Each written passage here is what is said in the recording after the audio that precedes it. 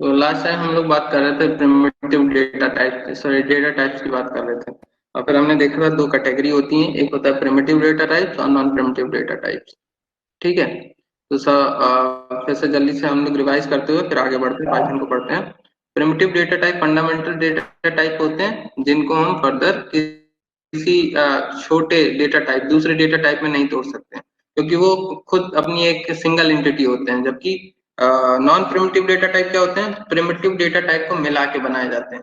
जैसे एग्जांपल लिया था इंटीजर, फ्लोट, कैर, ये सब क्या है, प्रिमिटिव डेटा टाइप। जबकि एरे, लिंक लिस्ट, स्टैक, ये सब क्या है, नॉन प्रिमिटिव डेटा टाइप। ठीक है। अब मेमोरी एलोकेशन हमने देखा था कि कैसे होता है कि सपोज हमने कोई इंटीजर वेरिएबल डिक्लेयर किया मेमोरी में, तो क्या होता है, मेमोरी में 4 ब्लॉक या 2 ब्लॉक। देखिए, इंटीजर के लिए मेमोरी हर एक कंपाइलर में भी अलग अलग हो सकती है। किसी कंपाइलर में 2 बाइट रिजर्व करेंगे, किसी में 4 बाइट रिजर्व करेंगे। कोई जरूरी नहीं कि एक कंपाइलर में अगर 2 बाइट है तो दूसरे में भी 2 बाइट होगा। में भी दूसरे कंपाइलर में 4 बाइट हो सकता है। इसी तरीके से फ्लोट किसी कंपाइलर में 4 बाइट हो सकता है, किसी में 8 भी हो सकता है। इन जनरल 2 बाइट का होता है। और फ्लोट क्या, इन जनरल इंटीजर 2 बाइट का होता है और फ्लोट 4 बाइट का होता है। ठीक है। तो जब भी अगर हमने कोड में लिखा आई इक्वल्स टू 1, तो उस केस में क्या होंगे, तो टोटल अगर 2 बाइट का है, सॉरी 4 बाइट का अगर इंटीजर है, तो क्या होगा, पूरे 4 बाइट में, जैसे यहाँ पर लिखा हुआ है, स्क्रीन शो हो रही होगी सबको।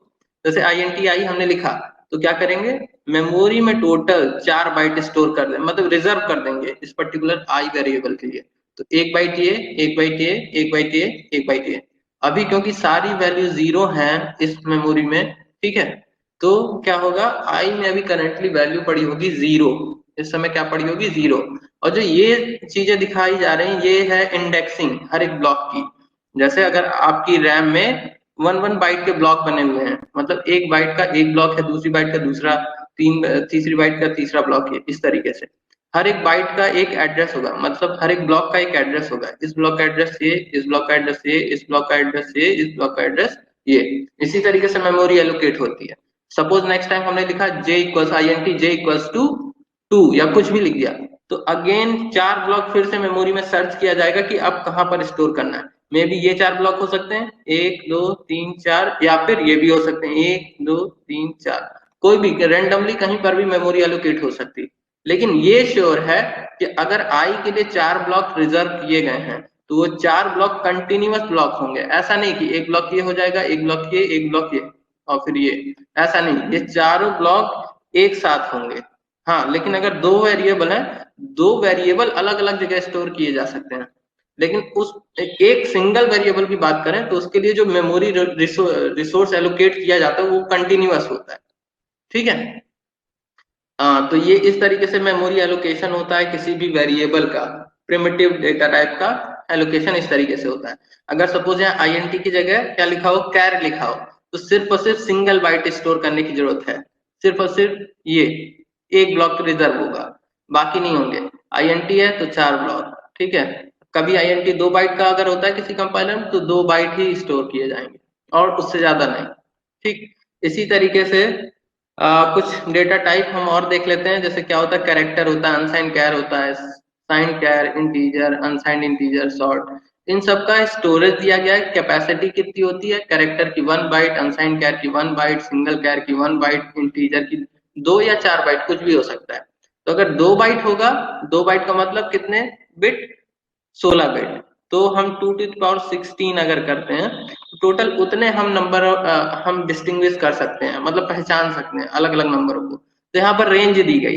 ये रेंज कैसे निकाली जाती है, जैसे अगर 2 बाइट का अगर हमारे पास वो है इंटीजर, तो हम क्या करेंगे, 2 to the power 2, 2 to the power 2 divided by 1, एक तरफ हो जाए, सॉरी डिवाइडेड बाई 2, ये पॉजिटिव हो जाएगा।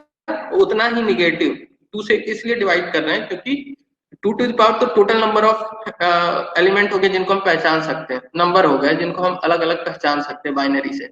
अब क्या करेंगे, क्योंकि उसमें पॉजिटिव भी होंगे निगेटिव भी होंगे, तो आधा पॉजिटिव को दे देंगे, आधा निगेटिव को दे देंगे। ठीक है। इसीलिए हम क्या करते हैं, 2 to the power 2 divided by 2। तो वो रेंज ये हो गई।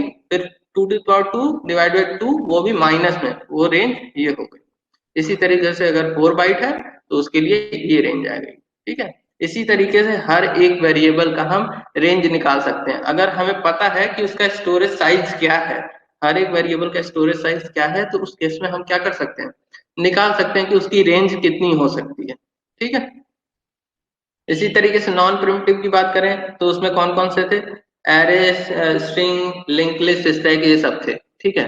और ये डेटा टाइप क्या होते हैं, डेराइव्ड होते हैं किससे, primitive data type. P type या प्रिमिटिव डेटा टाइप से डेराइव्ड होते हैं, ठीक है। अब इनका एलोकेशन कैसे होता है ये देखते हैं, ठीक।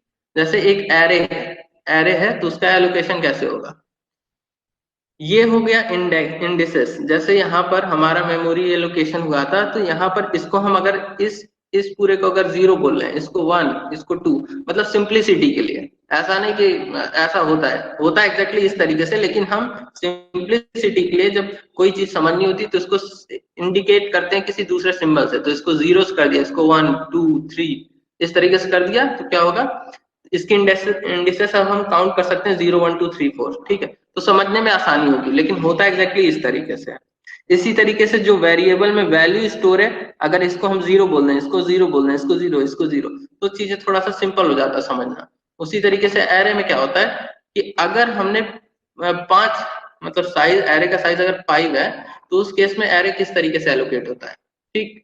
तो क्या होगा, जैसे यहाँ पर 4 बाइटें स्टोर करी जा रही थी, 4 बाइटें स्टोर करी जा रही थी, उसी तरीके से इस 78, सपोज एरे में एक एलिमेंट है 78, तो 78 के लिए यहाँ पर 1 2 3 4 बाइटें रिजर्व कर दी गई होंगी।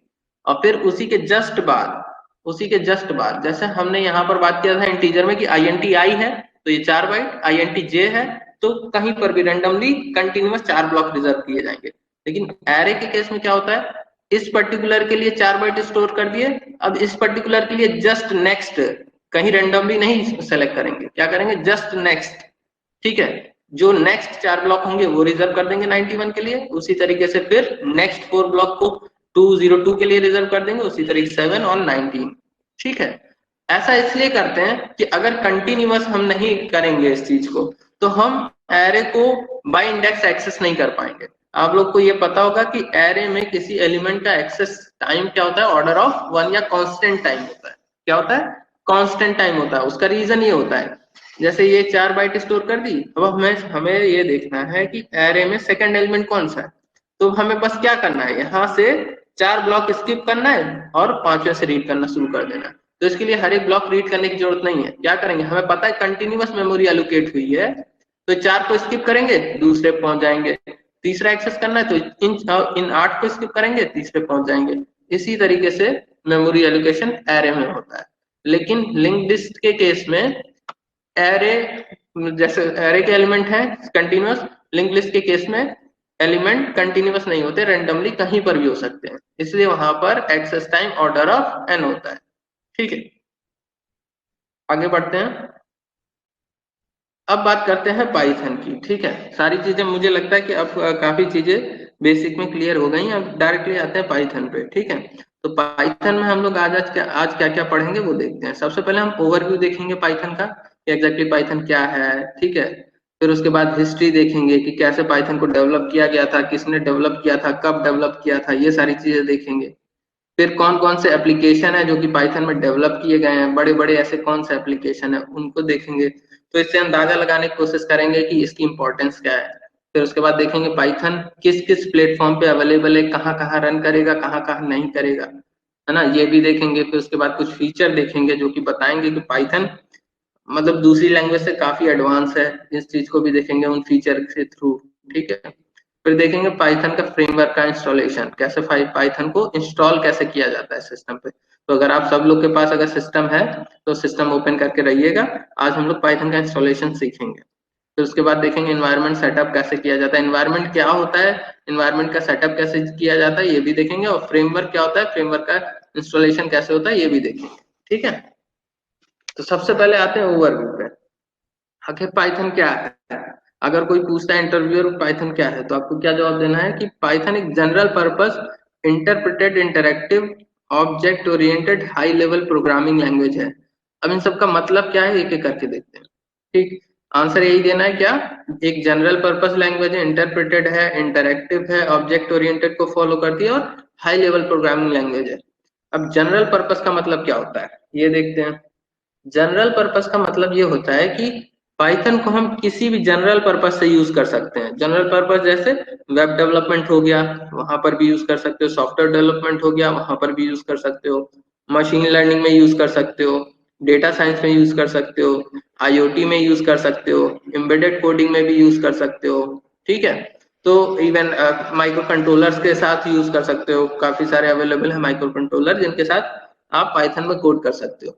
लेकिन वही क्वेश्चन ये उठता है कि आखिर क्यों पाइथन क्यों यूज करें, सी प्लस प्लस और एम्बेडेड प्रोग्रामिंग अवेलेबल है, तो उसको क्यों ना यूज करें? तो उसका आंसर अभी हम लोग फीचर जब पढ़ेंगे तब समझ में आएगा। ठीक है, तो पाइथन एक जनरल पर्पस प्रोग्रामिंग लैंग्वेज है, लगभग हर एक कंप्यूटर साइंस के हर एक फील्ड में काम करता है ये। मतलब कोई फील्ड उठा लीजिए उसमें पाइथन, उस फील्ड में जो टास्क परफॉर्म किए जाते हैं उसको पाइथन के थ्रू कर सकते हैं। और साथ ही साथ आई चाहे आप सिविल का ले लीजिए, सिविल ब्रांच में भी पूरी तरीके से पाइथन आ चुका है मशीन लर्निंग की वजह से।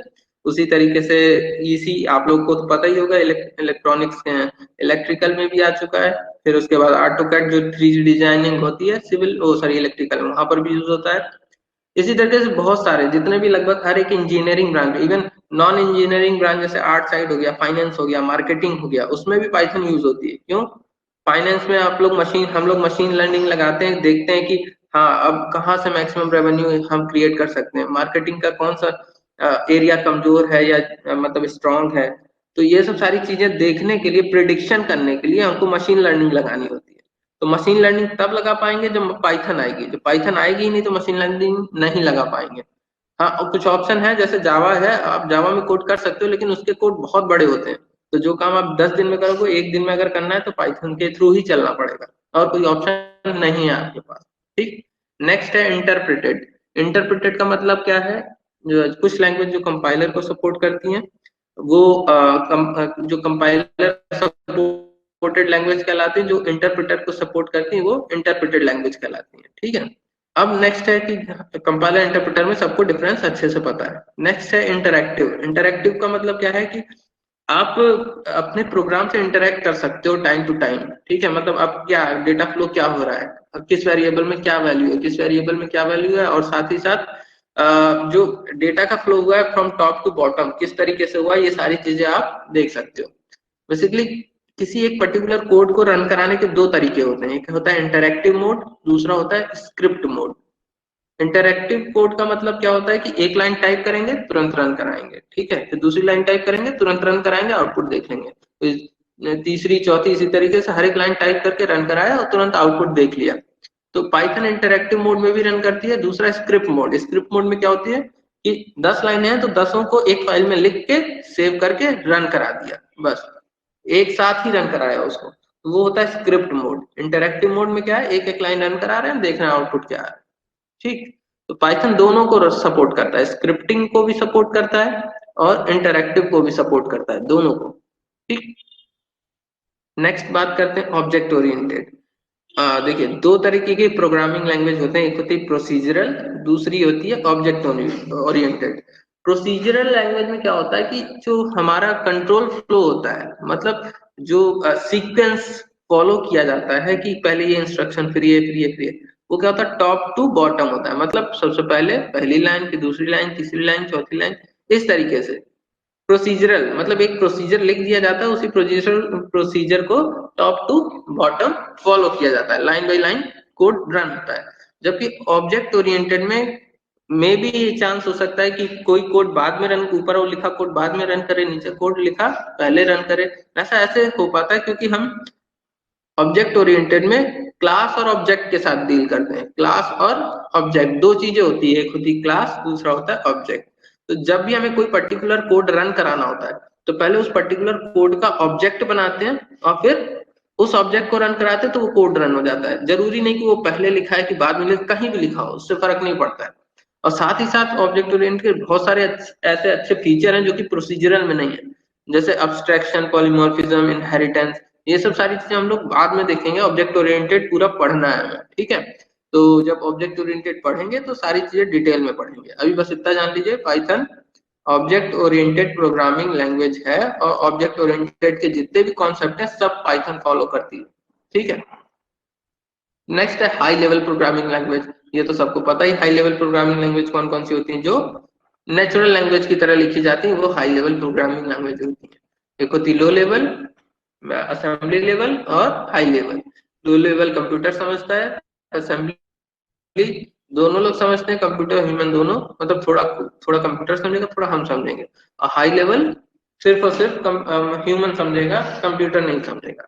तो बेसिकली हम क्या कर रहे हैं, पाइथन को हाई लेवल में लिखते हैं। पाइथन को हाई लेवल में लिखते हैं मतलब हमें ही समझ में आएगा। तो जाहिर सी बात है कन्वर्टर की जरूरत पड़ेगी। तो यहाँ पर कन्वर्टर के बेस पे कंपाइलर ने यूज करके क्या किया जाता है, इंटरप्रेटर यूज किया जाता है। कन्वर्टर जो है इंटरप्रेटर है। तो ये थोड़ी सी स्लो है, नो डाउट ये सी प्लस प्लस से स्लो है, थोड़ा सा स्लो रन करेगी, लेकिन हाँ स्लो होने के बावजूद मैक्सिमम कंपनियां इसी को यूज करती हैं। उसके रीजन अभी हम लोग आगे देखेंगे, क्यों ऐसा क्यों है, स्लो है तो क्यों यूज कर रही है कंपनी, ठीक है। अब हिस्ट्री जानते हैं पाइथन की। ये पाइथन को जो डेवलप किया गया था 1989 में डेवलप किया गया था। ग्यूडो वैन रॉसम जी थे, उन्होंने जो है national research institute of mathematics and computer science में ये क्या थे, रिसर्चर थे, ठीक है। तो वहां पर ये एक प्रोजेक्ट बना रहे थे, जो कि उस समय इन्होंने नहीं सोचा था कि आगे चल के ये लैंग्वेज बनेगी। उस समय बस ये एक प्रोजेक्ट बना रहे थे जिसके तहत जो उस समय की प्रोग्रामिंग लैंग्वेजेस थी, जैसे मॉड्यूला 3 और C plus plus, Unix shell, और भी बहुत सारी, जो जैसे जावा भी थी उस समय, तो जैसे लाइनेक्स सेल, यूनिक्स सेल, सब सब जितनी भी लैंग्वेज थी, तो वो कर क्या रहे थे अपने प्रोजेक्ट में, हर एक लैंग्वेज के अच्छे अच्छे फीचर अपने प्रोजेक्ट में डाल रहे थे। मतलब इसका अच्छा फीचर ये, इसका अच्छा फीचर ये, इसका अच्छा फीचर ये, तो सारे जो फीचर हैं वो क्या करते थे, डालते चले जाते थे। और इन्होंने ये काम शुरू किया था 1982 में, शुरू किया था 82 में। और जब प्रोजेक्ट ये बन के तैयार हुआ 1989 में, तब जाके इसको एज ए लैंग्वेज, मतलब पाइथन लैंग्वेज इसको घोषित कर दिया गया और उसको जनरल पब्लिक लाइसेंस दे दिया गया। मतलब उसको जनरल पब्लिक लाइसेंस अगर किसी लैंग्वेज या प्रोजेक्ट को मिल जाता है, तो वो प्रोजेक्ट या लैंग्वेज वर्ल्ड वाइड वेब कहीं पर भी फ्री ऑफ कॉस्ट यूज किया जा सकता है, ठीक है। आपको उस प्रोजेक्ट को यूज करने के लिए कोई पेमेंट करने की जरूरत नहीं है। बहुत सारी ऐसी लैंग्वेजेस है जिनको आप अगर यूज करते हैं प्रोजेक्ट बनाने के लिए, तो उसके ओनर को आपको पे करना पड़ेगा। अभी स्टूडेंट लाइफ में तो आपको किसी को नहीं पे करना है, लेकिन कंपनी में जाओगे तो कंपनी में आपको पे करना पड़ेगा, ठीक है। जैसे C# अगर आप यूज कर रहे हो तो माइक्रोसॉफ्ट को आपको विजुअल स्टूडियो की जो कॉस्ट होती है 1.5 लाख 2 लाख, उसको पे करना पड़ेगा, अदरवाइज आप उसको यूज नहीं कर सकते। लेकिन पाइथन के साथ ऐसा नहीं है, आप फ्री ऑफ कॉस्ट पाइथन को कहीं पर भी कैसे भी यूज करो, उसके लिए कोई कुछ नहीं कहेगा। क्योंकि इसको कॉपी जनरल पब्लिक लाइसेंस भी मिल चुका है, और ये कॉपी लेफ्ट है। एक होता है कॉपीराइट, एक होता है कॉपी लेफ्ट। मान लीजिए कोई कोड बनाया या प्रोजेक्ट बनाया, लैंग्वेज बनाई, उसका कॉपी राइट ले लिया, मतलब इसका सारी ऑथेंटिसिटी हमारे पास ही ऑथेंटिसिटी छोड़ दी है, अब इसको कोई भी यूज कर सकता है, ठीक है। तो इसी तरीके से पाइथन को भी कॉपी लेफ्ट कर दिया गया था, ठीक है, तो इसको अब कोई भी यूज कर सकता है। तो ये थी हिस्ट्री इसकी। और उस समय एक जो क्या कहते हैं, अमीबा ऑपरेटिंग सिस्टम पे एबीसी नाम की जो लैंग्वेज थी, बेसिकली उससे शुरू किया गया था इसको। एबीसी नाम की जो लैंग्वेज थी, तो उसके कमियां दूर कर रहे थे, तो साथ ही साथ उनको आइडिया आया कि अब और भी जो प्रोग्रामिंग लैंग्वेज है उनकी भी कमियां दूर कर करके जो अच्छे अच्छे पोर्शन है वो सब डाल दिए जाए। तो उन्होंने क्या किया है, सब डालते चले गए, हर एक लैंग्वेज का जितने अच्छे फीचर थे डालते चले गए, और फाइनली एक लैंग्वेज बन गई, जो कि लास्ट में उन्हें क्या बोला गया, पाइथन बोला गया, ठीक है।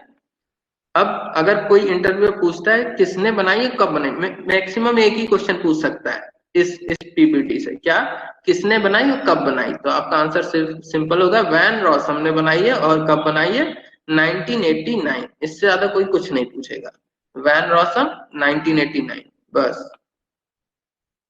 आगे बढ़ते हैं, major project develop in Python, मतलब कौन कौन से प्रोजेक्ट अब तक पाइथन में डेवलप किए गए हैं। तो उसमें एक गूगल है, यूट्यूब है, ड्रॉप बॉक्स है, इंस्टाग्राम, कोरा, बिट टोरेंट, इस तरीके से स्पॉटिफाई, हिपमंक्स, रेडिट, ये सब के सब पाइथन में बनाए गए हैं। लेकिन गूगल में आप लोग क्या सोचते होगे कि गूगल तो एक सिंपल एचटीएमएल पेज है, तो उसमें पाइथन कहाँ यूज हो रही है? तो मैं बता दूं कि किसी भी वेबसाइट डेवलपमेंट में दो तरह की लैंग्वेज होती है, एक होता है सर्वर साइड, एक होता है क्लाइंट साइड।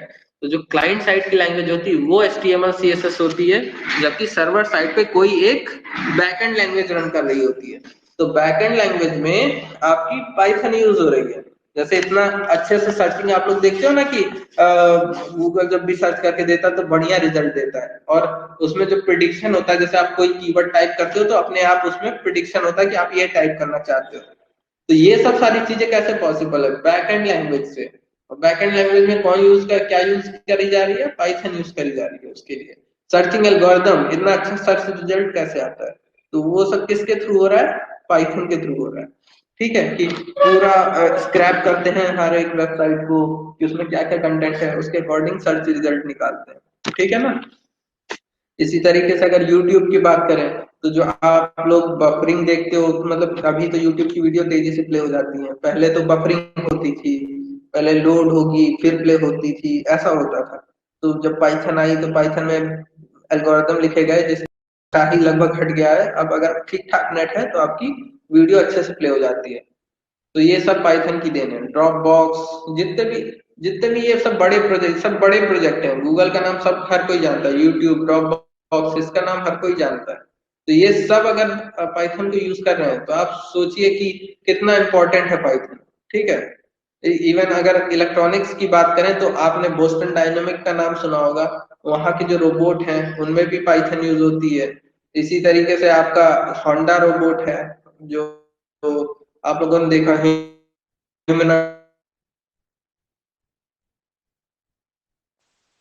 पाइथन की पाइथन के थ्रू आप जीपीआई पिनों को एक्सेस कर सकते हैं। इस तरीके से बहुत सारी चीजें हैं।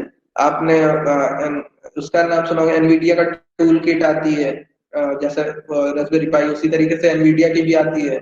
इंटेल की एरो आती है, एरो स्टिक आती है। तो जो आप एम्बेडेड में अगर कभी कोडिंग की होगी 8085 8086 पे, तो जितनी कॉम्प्लेक्स वो दिखती है उससे कहीं सिंपल पाइथन है। तो इसीलिए लोग इसको प्रेफर करते हैं। ठीक, आगे बढ़ते हैं। पाइथन की अवेलेबिलिटी, मतलब किस किस प्लेटफॉर्म पे पाइथन अवेलेबल है। तो अगर ये देखा जाए तो लगभग हर एक प्लेटफॉर्म पे, जितने भी प्लेटफॉर्म आप सोच सकते हो, ठीक, हर जगह पाइथन अवेलेबल। जैसे यूनिक्स है, लाइनेक्स है, सबने नाम सुना होगा, ये ऑपरेटिंग सिस्टम है। उसी तरीके से डेबियन है, डेबियन में भी है। विंडोज में है, विंडोज के 9X, या कभी आप लोगों ने नाम नहीं सुना होगा, पुराना विंडोज का ऑपरेटिंग सिस्टम है NT 2000।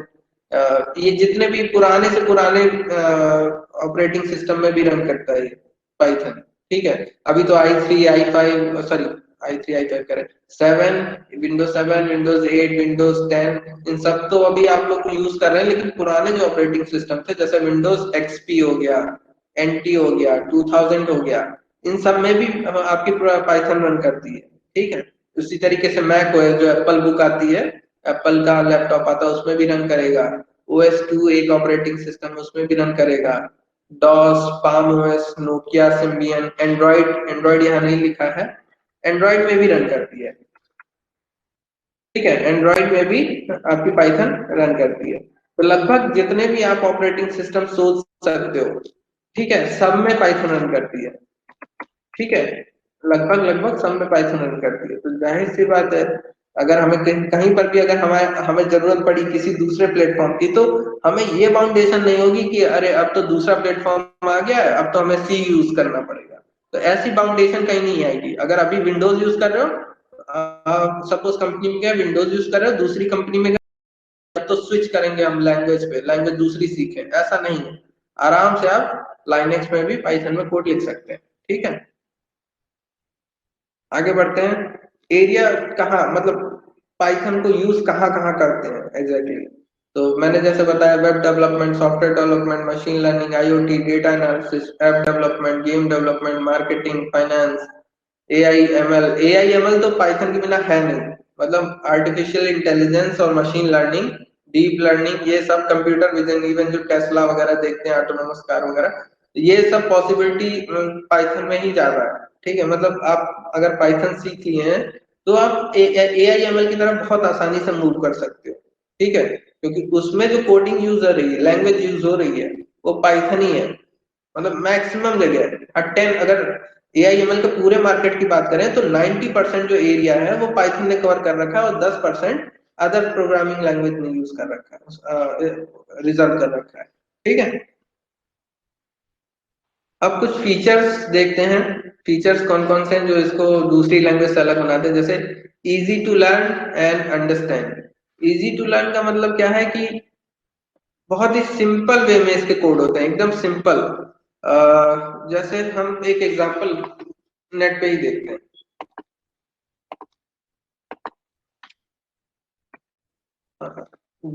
पहले C++ का कोड देखते हैं।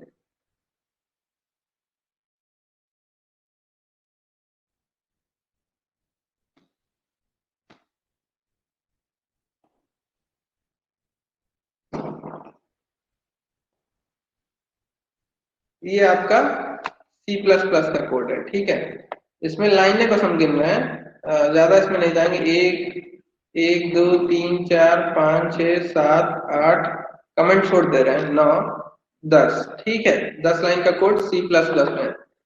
यही सेम कोड हम जावा में सर्च करते हैं।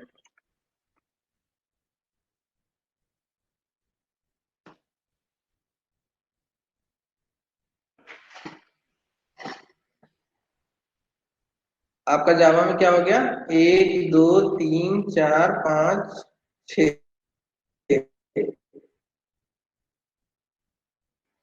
सात आठ। ठीक है, ब्रैकेट को लेके 8 का ये हो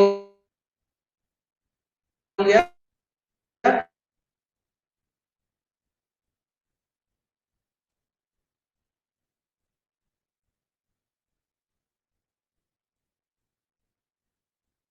10 का हो गया। File input j equals to input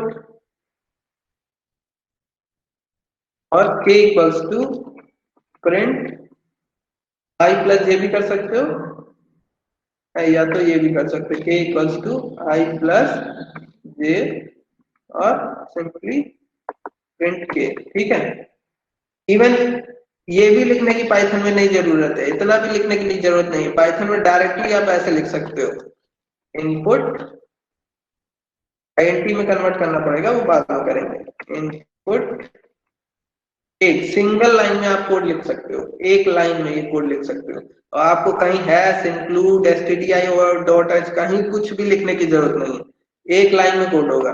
अगर इंटीजर है तो इंटीजर यहाँ पर दे देंगे इस तरीके से,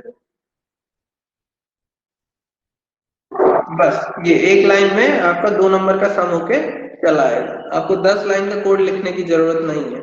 इस वजह से पाइथन एक तो मतलब शॉर्ट कोड लिखे जाते हैं, इजी टू लर्न भी है।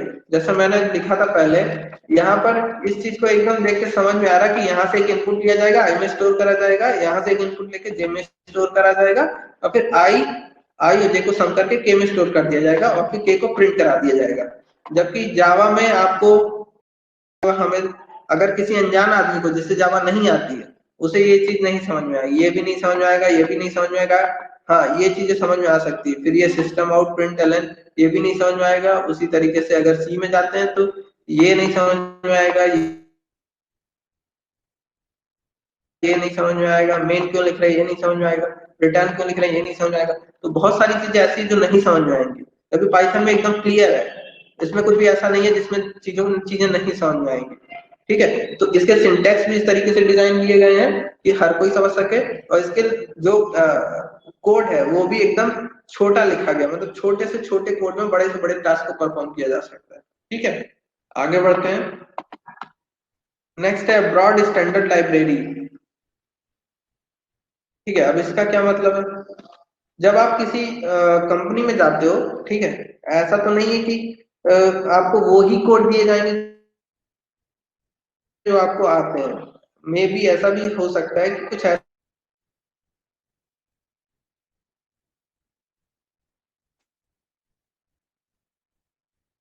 ऐसे कोड दिए गए जो आपको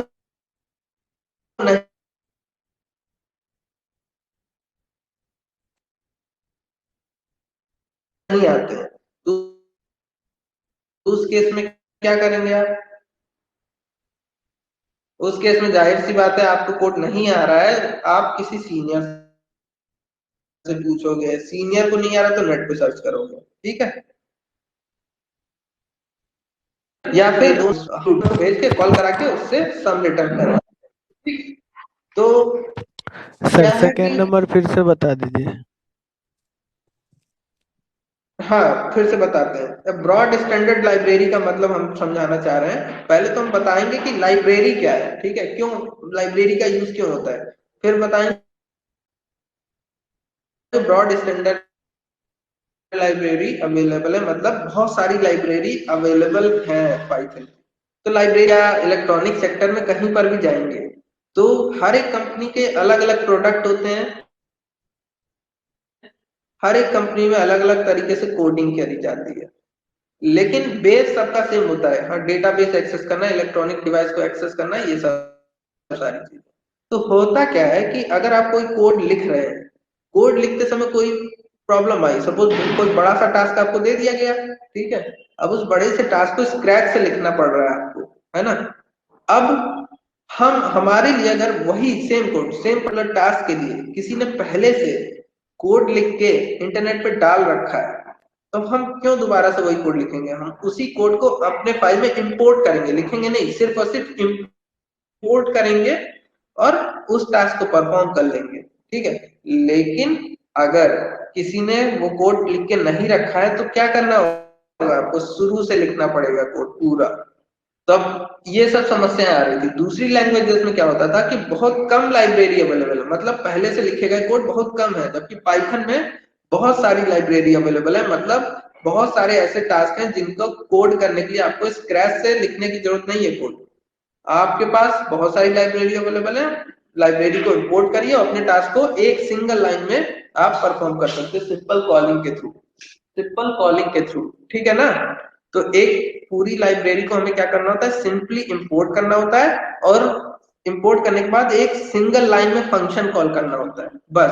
आपको स्क्रैच से कोड नहीं लिखना होता है। तो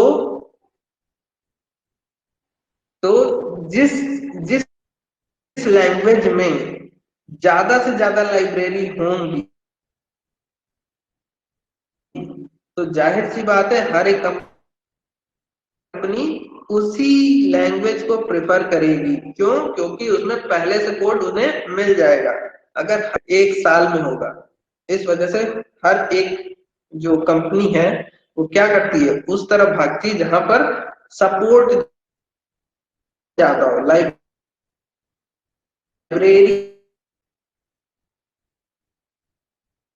ज्यादा हो, ठीक है।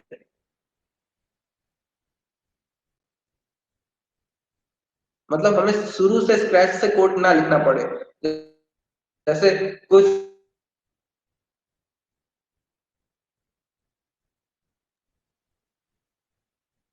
अनस्ट्रक्चर्ड डेटा सेट उठाओ, सबका कोड लिखा हुआ है पहले से, बस उनको इंपोर्ट करने की जरूरत है। तो ब्रॉड स्टैंडर्ड लाइब्रेरी अवेलेबल होने के कारण, मतलब ब्रॉड मतलब बहुत सारी लाइब्रेरी अवेलेबल होने के कारण भी पाइथन को लोग प्रेफर करते हैं, ठीक है। अब आगे सर आपका आवाज कट समझ, कट के आ रहा। किसने पूछा था क्वेश्चन? कट क्या आ रही है? Yes sir. यस सर, बहुत ज्यादा। अभी मतलब जो पढ़ाया कुछ भी नहीं समझ में आया क्या? सर जी आवाज आपकी कटता समझ में कट नहीं के आ आया। रहा है। नहीं, नेट तो यहाँ सही आ रहा, बढ़िया आ रहा है।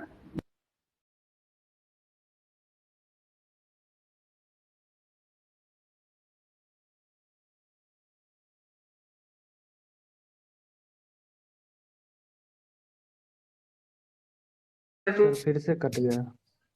नहीं आ रहा सर आवाज।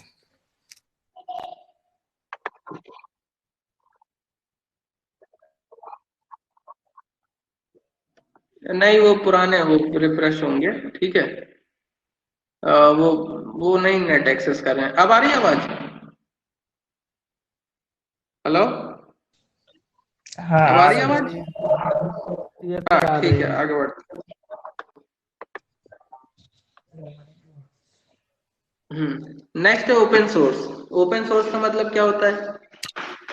कोई बताएगा ओपन सोर्स क्या होता है? हेलो सर जिसका कोई सुशील। भी यूज कर सकता है सर। यस सर, जिसका कोई भी हाँ, यूज वेरी कर गुड। सकता है सर। उसके लिए मतलब अगर कोई कोड पहले से अवेलेबल, लैंग्वेज अवेलेबल है, प्रोजेक्ट अवेलेबल है, अगर उस पर्टिकुलर लैंग्वेज, प्रोजेक्ट या किसी भी तरह कोई चीज है, उसको यूज करने के लिए आपको पे ना करना पड़े, वो क्या होगा? ओपन सोर्स होगा। ठीक है, ओपन सोर्स होगा वो चीज। मतलब उस पर्टिकुलर चीज को यूज करने के लिए किसी पर्टिकुलर कंपनी या पर्सन को आपको पे नहीं करना है, तो वो चीज ओपन सोर्स। ओपन सोर्स मतलब कोई भी खुला हुआ है, कोई भी यूज करे। ठीक है, जैसे आपका गार्डन होता है, गार्डन एक ओपन सोर्स प्लेस है, मतलब वहां पर कोई भी जा सकता है, कोई रोक टोक नहीं। लेकिन एक संसद भवन, संसद भवन में रिस्ट्रिक्शन होता है कि वहां अंदर सिर्फ और सिर्फ कौन जाएंगे? जिन्हें अथॉरिटी होगी वही जाएंगे, और कोई नहीं जाएगा। ठीक है, तो ओपन सोर्स क्या है कि ऐसी चीजें जिसको यूज करने के लिए कोई भी अलाउड है, कर सकता है, वो क्या हो जाएगा? Open source. कुछ ऐसी चीज जैसे विजुअल स्टूडियो का नाम सुना होगा, उसको एक्सेस करने के लिए आपको क्या करना पड़ेगा? पैसा पे करना पड़ेगा। ठीक है, तो वो ओपन सोर्स नहीं कहलाएगा। इवन ओपन सोर्स का मतलब ये भी होता है कि अगर आप कोई प्रोजेक्ट को एक्सेस कर रहे हो, लैंग्वेज को एक्सेस कर रहे हो, और उसमें आप कोई कंट्रीब्यूशन भी देना चाहते हो, जैसे पाइथन में बहुत सारी लाइब्रेरी अवेलेबल है, लेकिन चाहते हो आप कि नहीं, एक हम ऐसा टास्क परफॉर्म कर रहे हैं और उसका ऐसा चांस हो सकता है कि दूसरे लोग को भी इसकी जरूरत पड़े, तो आप उस लाइब्रेरी को लिखेंगे और अपलोड कर देंगे नेट पे, तो दूसरा पर्सन भी आपकी लाइब्रेरी को एक्सेस कर पाएगा। मतलब उस प्रोजेक्ट को आपने मॉडिफाई किया, तो ओपन सोर्स को आप मॉडिफाई कर सकते हो, अपने थ्रू, अपने अकॉर्डिंग मॉडिफाई कर सकते हो। तो उसके लिए आपको कोड लिखना होता है, अपलोड करना होता है, जो ऑथराइज पर्सन होता है वो उसे देखेगा, उसे लगेगा सही है तो उसे ऑथराइज कर देगा, फिर कोई भी उसको यूज कर सकता है। ठीक है, नेक्स्ट है इंटरेक्टिव। इंटरेक्टिव मोड के बारे में मैंने बताया था अभी इससे पहले कि मतलब आप प्रोग्राम को इंटरेक्टिव वे में भी यूज कर सकते हो, स्क्रिप्टिंग वे में भी यूज कर सकते हो। फिर बात करते हैं पोर्टेबल। पोर्टेबल का मतलब प्लेटफॉर्म इंडिपेंडेंट। एक सपोज आपने कोई सोर्स कोड लिखा किसी पर्टिकुलर टास्क के लिए, सपोज 2 नंबर का सम का कोड लिखा आपने विंडोज 7 में, और वही कोड उठा के आप विंडोज 10 में चलाना चाह रहे हो, तो कॉपी पेस्ट किया विंडोज 10 में, वहां पर भी चल रहा है। लाइनेक्स में पेस्ट किया, वहां पर भी चल रहा है। एंड्रॉइड में भी पेस्ट किया, वहां पर भी चल रहा है। i3 में लिखा था, i5 में चला रहे हैं तो भी चल रहा है, कहीं पर भी चल रहा है मतलब। ठीक है, मतलब प्लेटफॉर्म इंडिपेंडेंट। सॉफ्टवेयर और हार्डवेयर क्या होते हैं? प्लेटफॉर्म। इन प्लेटफॉर्म मतलब इंडिपेंडेंट का मतलब कोई भी प्लेटफॉर्म उठाइए, उस पर पेस्ट करिए, वो कोड रन होना चाहिए। उस तरीके के लैंग्वेज को बोलते हैं क्या? प्लेटफॉर्म इंडिपेंडेंट लैंग्वेज बोलते हैं, या पोर्टेबल बोलते हैं। पोर्टेबिलिटी का मतलब आप एक जगह से दूसरी जगह आप कोड ले जा सकते हो। क्या कर सकते हो? एक जगह से दूसरी जगह कोड ले जाके रन करा सकते हो, उसको बोलते हैं पोर्टेबिलिटी। पोर्टेबिलिटी का मतलब ही यही होता है कि एक जगह से दूसरी जगह ले जाना, मतलब बहुत ही इजी वे में ले जाना, उसके लिए मेहनत करने की जरूरत नहीं है। ठीक है, नेक्स्ट पॉइंट है एक्सटेंडेबल। जब आप लोगों ने सी का कोड लिखा होगा, तो आप लोगों ने देखा होगा कि शुरुआत में पहली लाइन जो लिखते हैं वो होता है हैश इंक्लूड, लिखा होता है हैश। प्रोग्रामिंग लैंग्वेज में लिखे हुए कोड को अपने प्रोग्राम में एक्सेस नहीं कर सकते, जबकि पाइथन में ये कुछ हद तक फ्रीडम है कि कुछ ऐसी लाइब्रेरी हैं जो कि जावा में लिखी या सी प्लस प्लस में लिखी हैं, लेकिन अगर पाइथन में आप इंपोर्ट कर रहे हो तो पाइथन में भी आप इंपोर्ट कर सकते हो, उसके लिए रिस्ट्रिक्शन नहीं है।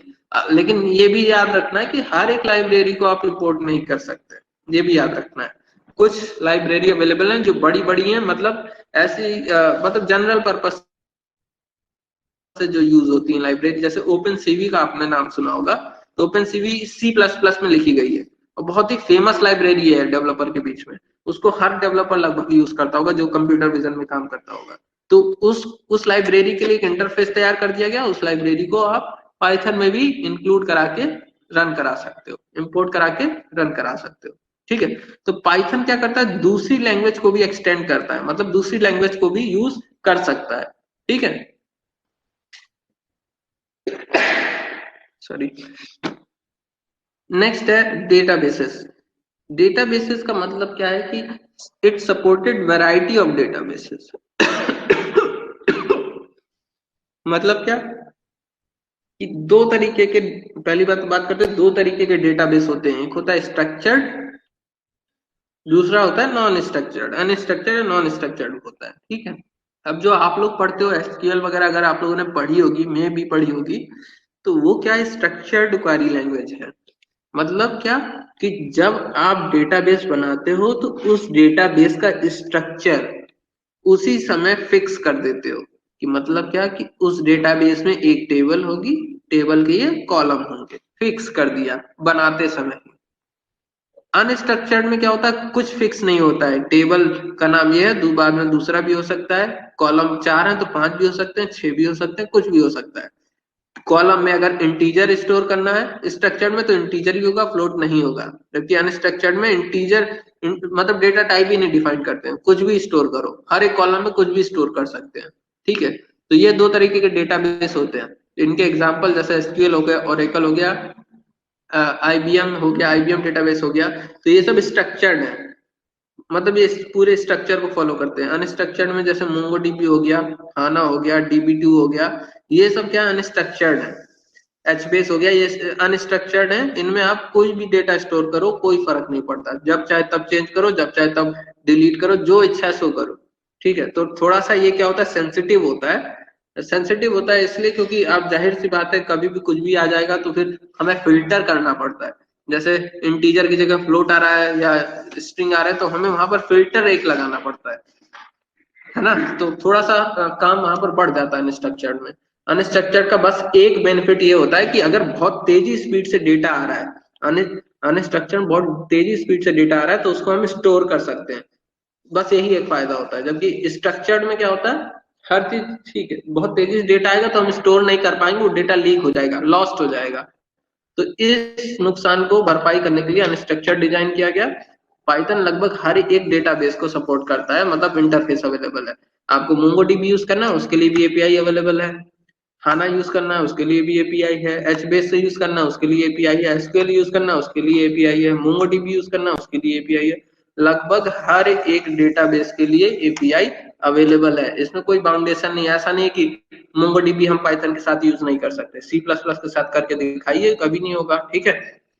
तो इस तरह की फ्रीडम मिलती है पाइथन में, कोई डेटाबेस आपको यूज करना है यूज करिए। पता लगा एक कंपनी, मतलब कंपनी में काम कर रहे हैं, अभी एसक्यूएल पे काम कर रहा था और फिर बाद में मोंगोडीबी पे स्विच कर गया। तो अगर सी में कोड कर रहे हैं तो वहीं पर पूरा सो कोड शुरू से लिखना पड़ेगा, क्योंकि पाइथन में लिख रहे हैं तो वही कोड काम कर जाएगा उस समय, दोबारा से नहीं लिखना है, ठीक है। नेक्स्ट है ये जीयूआई प्रोग्रामिंग को भी सपोर्ट करता है। मतलब जो जीयूआई बेस्ड जैसे सॉफ्टवेयर बनाते हैं, एप्लीकेशन बनाते हैं मोबाइल के, तो उस तरीके के कोड भी आप पाइथन में लिख सकते हो, जीयूआई प्रोग्रामिंग भी कर सकते हो। ऑब्जेक्ट ओरिएंटेड प्रोग्रामिंग को सपोर्ट करता है, ये मैंने बात कर ली है। It can be used as scripting language, जैसे इंटरैक्टिव मोड में भी रन करा सकते हैं इसको, पाइथन को स्क्रिप्टिंग मोड में भी रन करा सकते हैं, मतलब फाइल में पहले कोड लिखेंगे और फिर पूरा एक साथ रन कराएंगे, ठीक। नेक्स्ट है it provide very high level dynamic data type and support dynamic type checking. अब इसका मतलब क्या है ये देखते हैं। मैंने बताया था कि एक होता है कंपाइल टाइम में डेटा टाइप डिफाइन किया जाता है, एक होता है रन टाइम पे। तो जो कंपाइल टाइम पे डेटा टाइप डिफाइन किया जाता है वो क्या होता है, स्टैटिक होता है। लास्ट क्लास में मैंने बताया था स्टैटिक डेटा टाइप होता है। मतलब अगर आई वेरिएबल का हमने डेटा टाइप इंटीजर रख दिया तो वो इंटीजर टाइप का ही होगा, उसमें हम फ्लोट वैल्यू नहीं स्टोर करा सकते। क्योंकि कंपाइल टाइम में मेमोरी, जैसे ये मेमोरी स्टोर की थी ना हमने, जब हमने कंपाइल कराया रन नहीं कराया तो उस समय ही ये जो 4 ब्लॉक है वो फिक्स हो गए। तो जाहिर सी बात है फ्लोट अगर आई वैल्यू आई में फ्लोट डालेंगे तो 8 ब्लॉक एक्सेस करेगा, तो कैसे हो पाएगा, इसके लिए तो 4 ही रिजर्व है। और कंपाइल टाइम पे ही कह दिया गया कि इतने ही ब्लॉक आई को एक्सेस करने हैं और कोई नहीं करेगा, ठीक है। तो कैसे है ये 8 ब्लॉक तो नहीं एक्सेस कर पाएगा। जबकि रन टाइम पे क्या होगा, आई में सपोज इंटीजर है तो 4 एक्सेस कर लिए, फ्लोट आया तो फिर 8 एक्सेस कर लिए। तो यहाँ पर थोड़ा सा एक कंप्रेशन टेक्निक होती है उसको यूज करना होता है, तो इसी वजह से और स्लो हो जाता है। ठीक है, डेटा डायनामिक डेटा टाइपिंग होने की वजह से भी स्लो हो जाता है, क्योंकि चेक करना पड़ेगा कि नेक्स्ट, जैसे अब जैसे फ्लोट वैल्यू आई 4 तो पहले से रिजर्व थे, 4 और करने पड़ेंगे। तो अगर सपोज ये खाली नहीं है, पहले से इसको कोई और यूज कर रहा है, तो आप डायरेक्टली 8 ब्लॉक एक्सेस नहीं कर पाओगे। फिर सर्चिंग परफॉर्म होगी कि मेमोरी में कहां पर ऐसी जगह है जहां पर कंटिन्यूअस 8 ब्लॉक खाली हैं। पहले सर्च करेगा, जब उसे मिल जाएगा तभी जाके आई में फ्लोट वैल्यू स्टोर करेगा, क्योंकि हमने बताया वेरिएबल में जो भी वैल्यू स्टोर होती है कंटिन्यूअस स्टोर होती है। तो फ्लोट वैल्यू डालनी है तो पहले सर्च करेगा कि कहाँ कंटिन्यूअस 8 ब्लॉक खाली हैं, वहां पर स्टोर करेगा। इस वजह से भी पाइथन थोड़ी सी स्लो है। ठीक है, थोड़ी है, इससे बहुत ज्यादा फर्क नहीं पड़ता है। ऐसा नहीं कि कई कई घंटों का फर्क, तो नैनो सेकंड में, मिली सेकंड में फर्क पड़ता है, ऐसा होता है। ठीक है,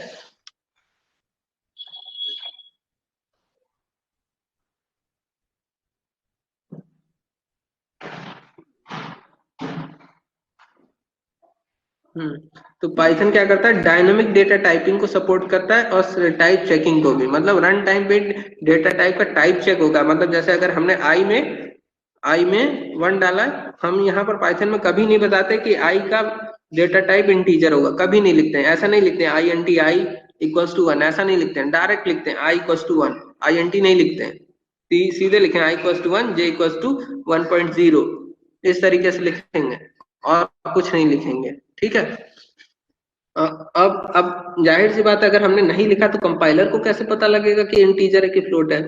तो जब हम 1 डालते हैं तो कंपाइलर चेक करता है कि 1 को स्टोर करने के लिए कितने बाइट सफिशियंट है, उतना ही बाइट स्टोर करेगा, उस समय डेटा टाइप उसका डिफाइन करेगा। ठीक है, तो पहले चेक किया 1 को स्टोर करने के लिए कितने बाइट की जरूरत है, उसी समय उसका डेटा टाइप भी डिफाइन कर दिया। और जैसे चेक करेगा कि अगर उसमें कहीं बीच में पॉइंट आ रहा है तो पॉइंट है तो ठीक है, ये फ्लोट है, फ्लोट को डिटेक्ट करके उसके लिए उतने बाइट स्टोर कर देगा।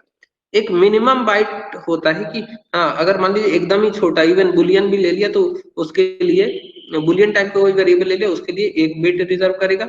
लेकिन अगर सपोज 0 लिया तो 0 के लिए तो 1 बिट बाइट काफी है, 0। ठीक है, 0।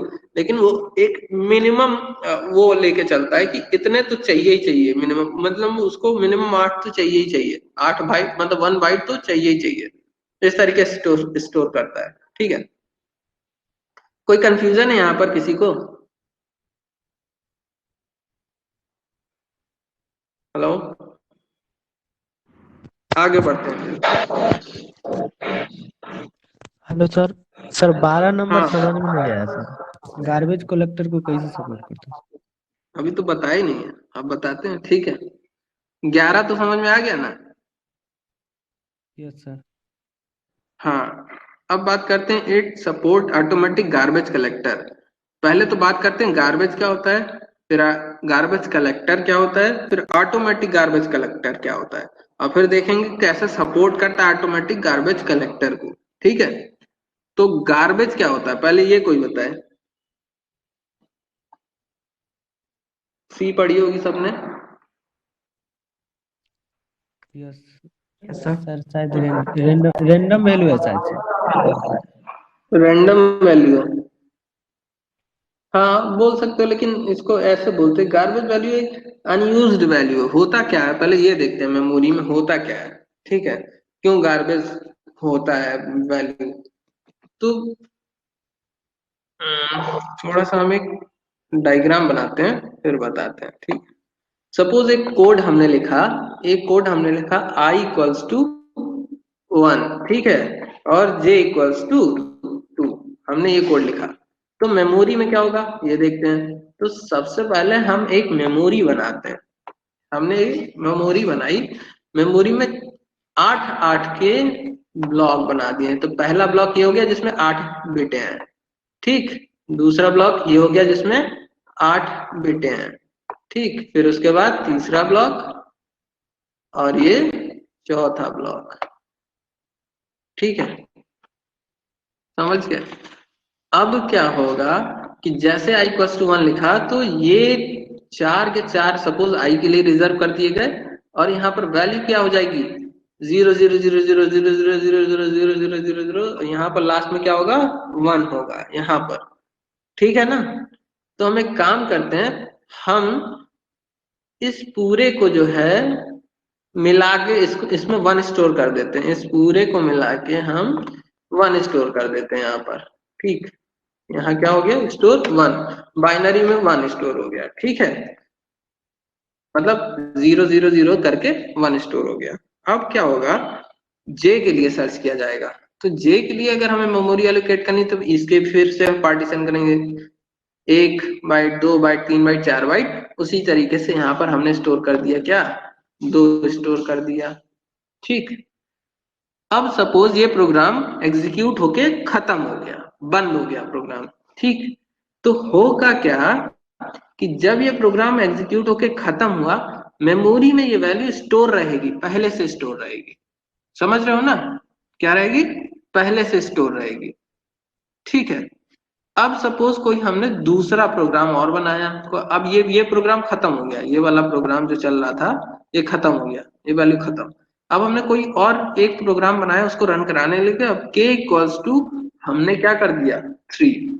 ठीक है, अच्छा इससे पहले एक चीज और देख लेते हैं। जब ये कोड रन हो रहा था तो i में क्या था 1, j में क्या था 1 2। ठीक है, जैसे ही i में गया 1 तो इस पर्टिकुलर चारों ब्लॉक पे एक लॉक लग जाता है। लॉक लग जाता है इन द सेंस, अब इस पर्टिकुलर 4 ब्लॉक को कोई प्रोग्राम, दूसरा प्रोग्राम एक्सेस नहीं कर पाएगा। उसी तरीके से जब जे में 2 गया तो ये चारों ब्लॉक पे एक लॉक लग जाता है, एक फ्लैग बिट होती है, फ्लैग बिट। उसको लॉक को सीधे बोल सकते हैं फ्लैग बिट। तो उसकी फ्लैग बिट यहाँ 1 सेट कर दी जाती है। तो इस पर्टिकुलर 4 ब्लॉक में कोई वैल्यू स्टोर करने से पहले कंपाइलर चेक करता है इसका फ्लैग बिट 1 तो नहीं है। अगर 1 है तो समझ जाता है इसको कोई और एक्सेस कर रहा है, उसी तरीके से इसको कोई और एक्सेस कर रहा है, तो इसमें नहीं स्टोर करेगा, फिर दूसरी जगह देखेगा कहाँ खाली है। ठीक है ना, अब क्या हुआ, ये प्रोग्राम टर्मिनेट हो गया, लॉक इस पे से हट गए, सारे लॉक हट गए, लेकिन वैल्यू इसमें स्टोर रह गई। वैल्यू क्या हो गई, स्टोर रह गई।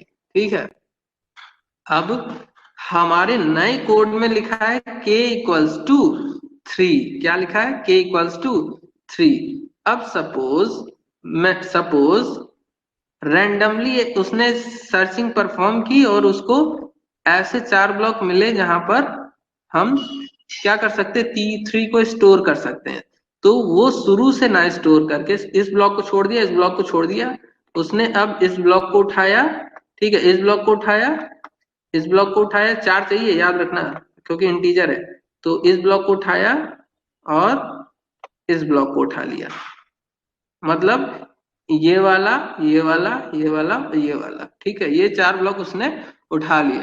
अब लेकिन समस्या क्या होगी, इसमें पहले से पड़ा हुआ था 1, इसमें 2, तो अब इन 4 ब्लॉक में मिला के अब ना 1 है ना 2 है, अब पता नहीं क्या है, हमें खुद नहीं पता क्या है। समझ रहे हैं ना, तो ये वैल्यू क्या हो गई, अब garbage. Suppose k equals to 3 नहीं, यहाँ पर सिर्फ इनिशियलाइज करते हैं, k इक्वल्स टू 3 में तो 3 स्टोर हो जाएगा, वो गार्बेज नहीं होगा। k इक्वल्स टू 3 नहीं, बस सपोज इनिशियलाइज किया हमने k अपने प्रोग्राम में, int k हमने इनिशियलाइज किया बस। तो जैसे ही k को इनिशियलाइज किया उसने इस पे लॉक लगाया, इस पे लॉक लगाया, इस पे लॉक लगाया, इस पे लॉक, लेकिन लॉक लगाने के बाद इसमें जो वैल्यू है वो गार्बेज वैल्यू है। क्यों, क्योंकि इसमें पहले से जो पहला प्रोग्राम रन कराया था उसने वैल्यू इसमें स्टोर करके रखी, लेकिन हटाई नहीं है, खाली नहीं किया इसको। ठीक है ना, इसको खाली नहीं किया, इसको खाली नहीं किया, उसी तरीके से इसको खाली नहीं किया, इसको इसको इसको। अब क्या हुआ, नया प्रोग्राम एग्जीक्यूट हुआ, इसने मेमोरी तो एलोकेट कर दी, लेकिन उसमें जो पहले से वैल्यू थी उसको खाली किए बिना एलोकेट कर दी। ठीक है ना, समझ रहे हो ना क्या होता है गार्बेज। तो ये जो वैल्यू आई है के में, वो क्या होगी, गार्बेज वैल्यू होगी ना। अब इस समय 1 ही है ना 2 ही है, पता नहीं क्या है उसमें। समझ गए, तो ये जो के में इस समय वैल्यू वो गार्बेज है। समझ गए, अब किसी को कोई कंफ्यूजन है? No sir. ठीक है, तो आगे बढ़ते हैं, अगर कोई कंफ्यूजन है तो पूछ सकते हैं। अच्छा ठीक है, आगे बढ़ते हैं। तो के में इस समय क्या होगी, गार्बेज वैल्यू। तो इससे क्या होता है कि वैल्यू का मिसयूज हो सकता है, मतलब गार्बेज वैल्यू का मिसयूज हो सकता है। एक चीज और, ये तो था कि ये प्रोग्राम टर्मिनेट हो गया, फिर उस नया प्रोग्राम रन कराया। कभी कभी ऐसा भी होता है कि सेम प्रोग्राम एग्जीक्यूट कर रहा है, तो सेम प्रोग्राम में सपोज 2 फंक्शन है, तो 2 फंक्शन ने पहले एक फंक्शन रन कराया, उसने मेमोरी एलोकेट की, फिर वो फंक्शन खत्म हो गया, खत्म तो हो गया, मेमोरी उसकी लॉक हट गया, लेकिन उसमें वैल्यू गार्बेज है, और उसी प्रोग्राम का दूसरा फंक्शन उसी मेमोरी एलोकेशन को यूज करने लगा, तो वो क्या हो जाएगा, गार्बेज वैल्यू उसमें चली जाएगी, है ना। तो नहीं सॉरी, हमने गलत बोल दिया, यहाँ पर हम ये कहना चाह रहे थे कि सपोज एक फंक्शन ने कोड रन कराया, तो उसने मेमोरी एलोकेट की, जैसे ही फंक्शन खत्म हुआ उस समय क्या होता है, फंक्शन खत्म होने के बाद उस मेमोरी एलोकेशन पे लॉक नहीं हटते हैं। क्या नहीं हटते हैं, लॉक नहीं हटते हैं। जैसे एक फिर से समझते हैं, कंफ्यूज नहीं होना है, फिर से इस चीज को समझते हैं। सपोज एक हम प्रोग्राम बनाए जिसमें एक सेक्शन ऑफ कोड ये है और एक और सेक्शन ऑफ कोड हम लिख दे रहे हैं, ठीक है, के। अभी तक क्या था, दो प्रोग्राम अलग अलग थे, अब क्या है, सेम प्रोग्राम के अंदर ये दोनों लाइनें लिखी हैं, लेकिन वो क्या है, डिवाइड करके। आपको पता ही होगा फंक्शन कॉलिंग के बारे में, सबको पता ही होगा, एक फंक्शन ये काम कर रहा है, दूसरा फंक्शन ये काम कर रहा है, ठीक। अब होगा क्या कि सपोज इसने क्या किया, इस वाले फंक्शन ने 4 ब्लॉक रिजर्व कर दिए, 4 ब्लॉक रिजर्व कर दिए, लेकिन जैसे ये फंक्शन खत्म हुआ, लॉक लॉक अभी भी लगा हुआ है, ये चारों अभी भी क्या है, अनयूज्ड हो गए, अनयूज्ड हो गए, अब इनको यूज नहीं कर सकते। तो अब जब ये नेक्स्ट फंक्शन एग्जीक्यूट करेगा तो इन चारों के अलावा खोजेगा कहाँ पर जगह है, उन चारों के अलावा खोजेगा, फिर वहां पर लॉक लगा देगा, फिर ये भी खत्म हो गया तो वहां लॉक लगा है, अब लॉक तब हटेगा जब प्रोग्राम खत्म होगा, ठीक है। तो प्रोग्राम तो खत्म नहीं हुआ है, तो इस केस में क्या हो रहा है, मेमोरी रिजर्व होती चली जाएगी और हम उसको यूज नहीं कर पाएंगे। ऐसे ही एक हो गया, सपोज 1000 प्रोग्राम हो गए तो ऐसे तो मेमोरी रिजर्व हो गई, तो जबकि इसका अब कोई यूज नहीं रह गया, इसको कोई यूज नहीं रह गया, कायदे से हट जाना चाहिए, ठीक है। तो ये सारी समस्या क्या आ रही थी, गार्बेज में आ रही थी कि जो अनयूज गार्बेज वैल्यू स्टोर होती जा रही थी फंक्शन कॉलिंग की वजह से, उनको हम यूज नहीं कर पा रहे थे। तो हमने बनाया क्या, एक गार्बेज कलेक्टर बनाया। क्या बनाया, गार्बेज कलेक्टर, जो कि क्या करेगा, ऐसे ऐसे मेमोरी ब्लॉक को ऐसे मेमोरी ब्लॉक को ऐसे खोजेगा जिनका अब कोई फर्दर यूज नहीं है। तो ये हमारा अब यूज नहीं है, ये वाला अगर ब्लॉक यूज नहीं है तो इसको फ्री कर दिया, लॉक फ्री कर दिया। आप मैनुअली भी कर सकते हो, मैनुअली में आपने लोगों ने पढ़ा होगा malloc calloc function, malloc allocate करता है, कैलॉक लॉक फ्री करता है वहां से, ठीक है, फ्लैग बिट को 0 सेट करता है, ठीक है। तो उसको आपको मैनुअली लिखना पड़ता है। अगर सी प्लस प्लस आप लोगों ने पढ़ी होगी तो मैलॉक कैलॉक पढ़ा होगा आप लोगों ने, तो उसको फ्री करना पड़ता है या डिलीट करना पड़ता है पर्टिकुलर वेरिएबल को, है ना।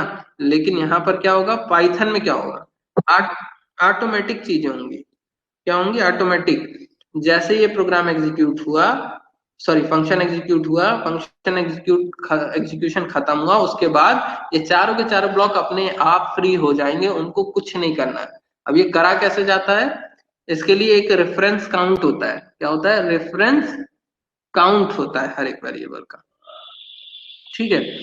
अब रेफरेंस काउंट को समझने के लिए पहले वेरिएबल का डिक्लेरेशन हमें समझना पड़ेगा कि पाइथन में वेरिएबल का डिक्लेरेशन कैसे होता है और रेफरेंस काउंट क्या होता है, वो पहले समझते हैं। तो उसके बाद देखेंगे ऑटोमेटिक गार्बेज कलेक्शन कैसे हो रहा है, ठीक है, ये समझेंगे।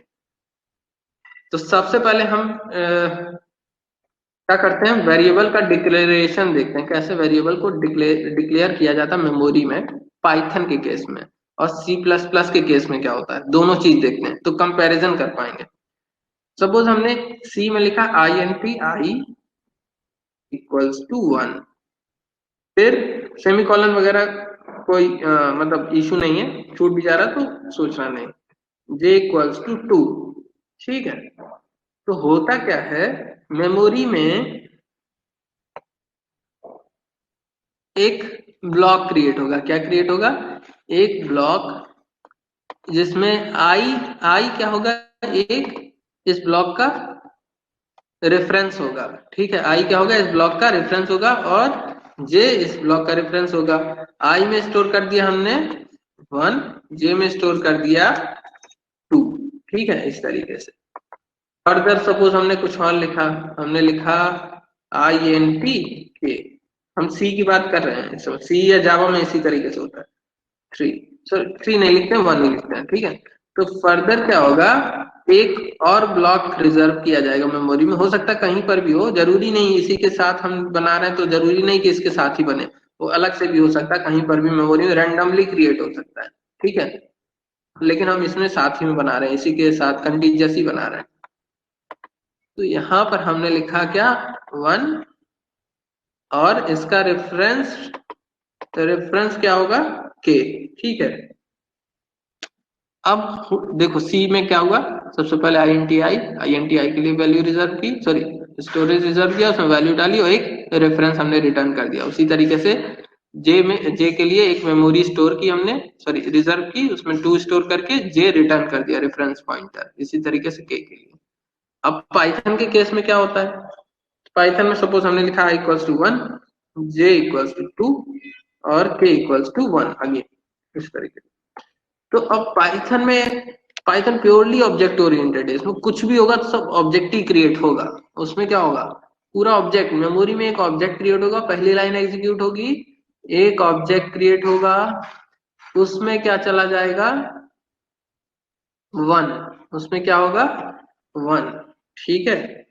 और इसका एक रेफरेंस पॉइंटर क्रिएट होगा, उस रेफरेंस पॉइंटर को क्या बोला जाएगा i, ठीक, i से पॉइंट आउट कर रहा होगा।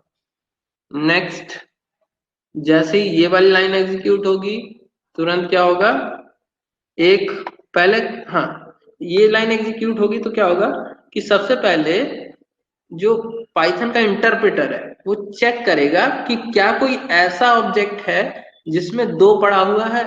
तो अभी तो सिर्फ और सिर्फ एक ही ऑब्जेक्ट है मेमोरी में और उसमें भी 1 पड़ा हुआ है, तो ऐसा कोई ऑब्जेक्ट नहीं है।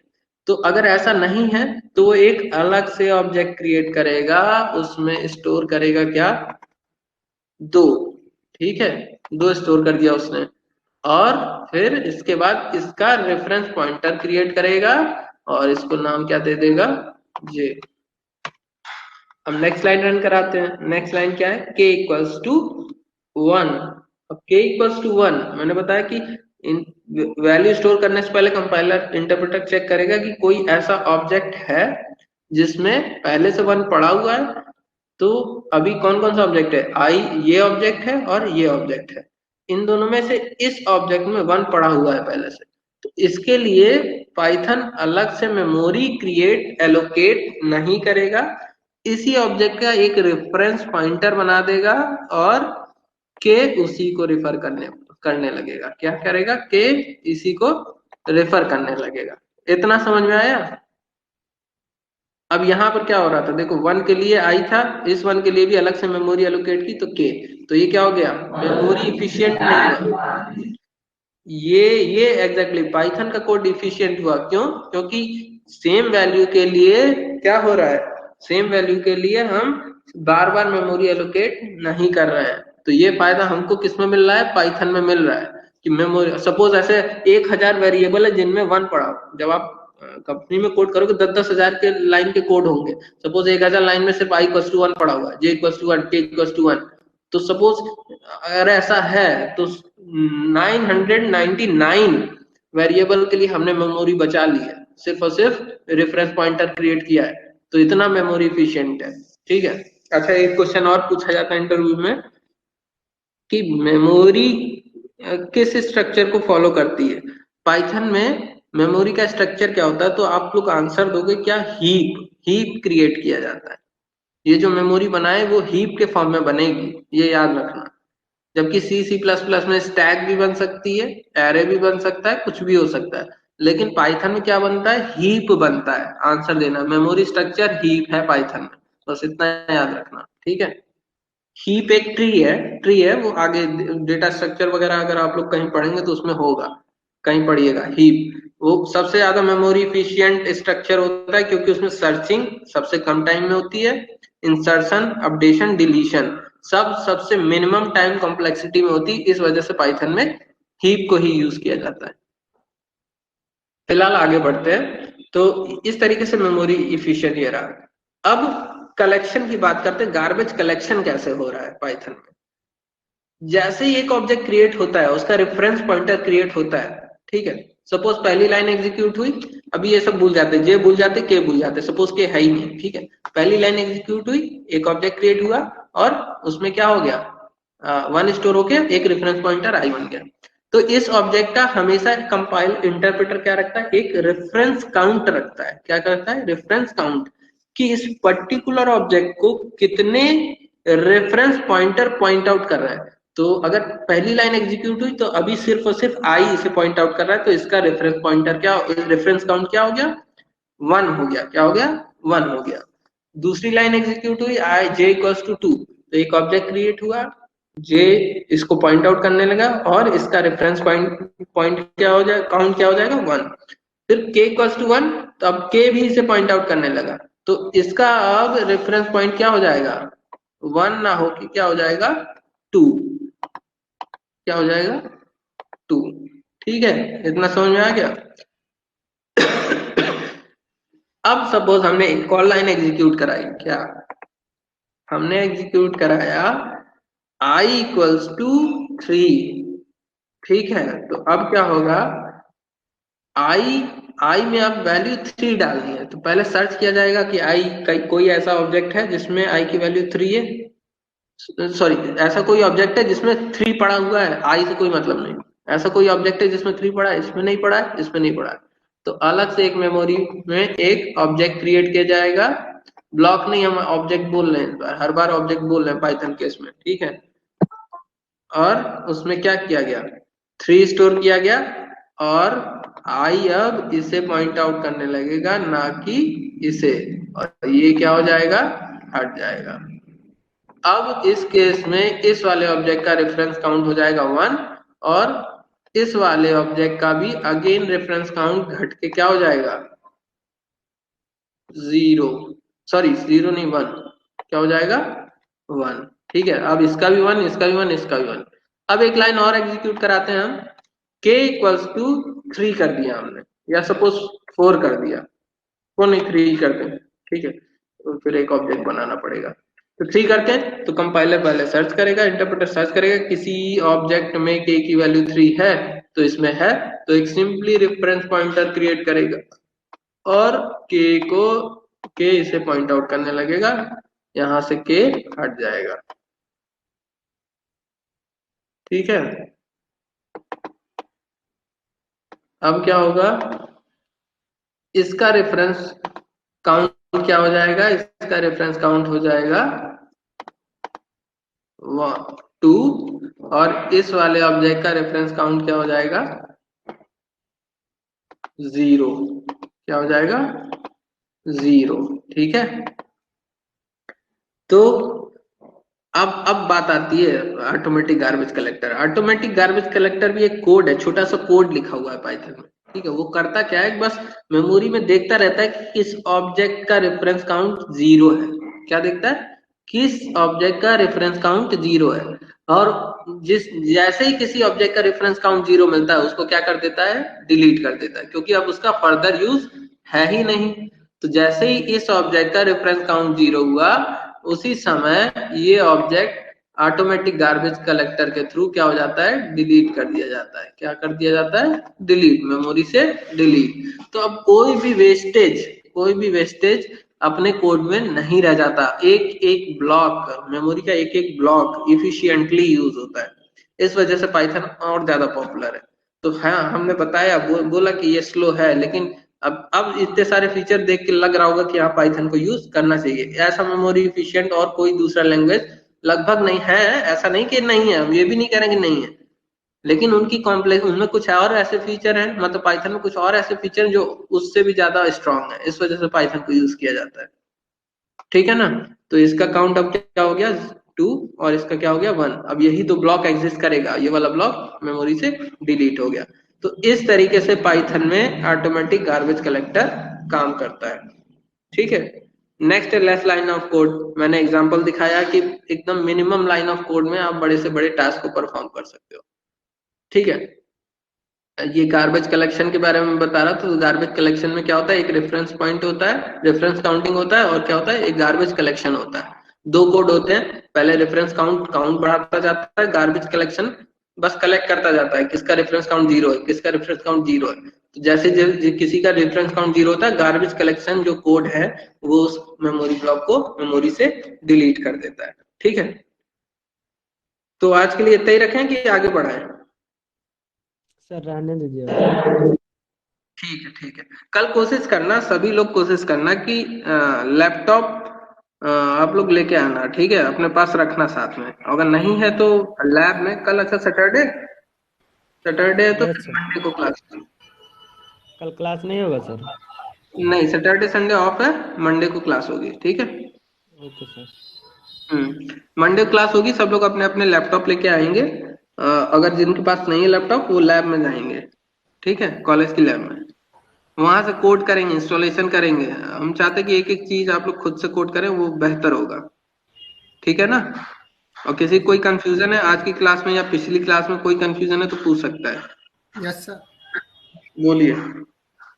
सर इससे पहले जो आप बता रहे थे ना, उसमें थोड़ा ये नेटवर्क एरर के कारण नहीं शो कर रहा था सर, वो क्या छूट। बताइए, कौन सा? ये जो इसका इंट्रोडक्शन के बाद जो बता रहे थे 11वीं सर था, ये पॉइंट था सर। एक सेकंड में, मैं फीचर्स में था, इसमें था। सर ये चौथा नंबर इंटरेक्टिव मोड के, ये। अच्छा, इंटरेक्टिव मोड, ये वाली स्लाइड नहीं समझ में आई थी। जी सर। हम्म, ये ये वाली। दोनों। जी सर।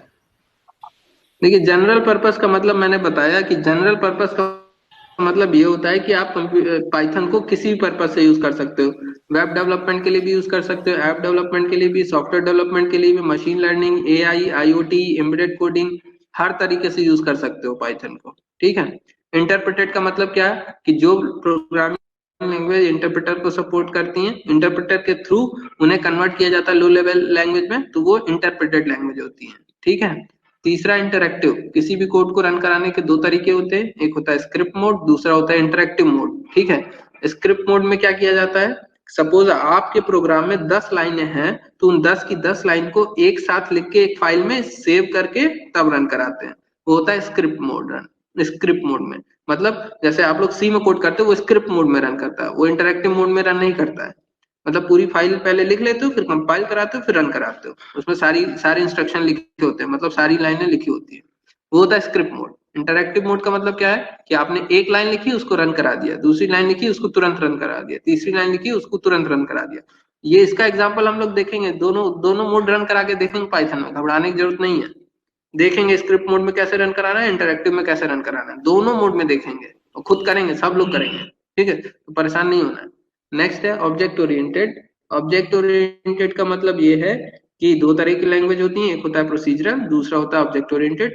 प्रोसीजरल में जो कंट्रोल फ्लो होता है वो टॉप टू डाउन, सपोज आपने 10 लाइनें लिख दी, तो पहले पहली लाइन, दूसरी लाइन, तीसरी लाइन, चौथी लाइन, इस तरीके से एक सीक्वेंस फॉलो किया जाएगा और सारी कोड एग्जीक्यूट होगा एक तरफ से। जबकि ऑब्जेक्ट ओरिएंटेड में हम जो कोड लाइनें लिखते हैं उनको, उनके थ्रू एक ऑब्जेक्ट बनाते हैं, जरूरी नहीं कि पहले पहली लाइन हो, फिर दूसरी लाइन हो, फिर तीसरी, कभी भी कोई भी, मतलब जिस ऑब्जेक्ट को कॉल करेंगे वही ऑब्जेक्ट का कोड रन करेगा और दूसरा नहीं रन करेगा, ठीक है।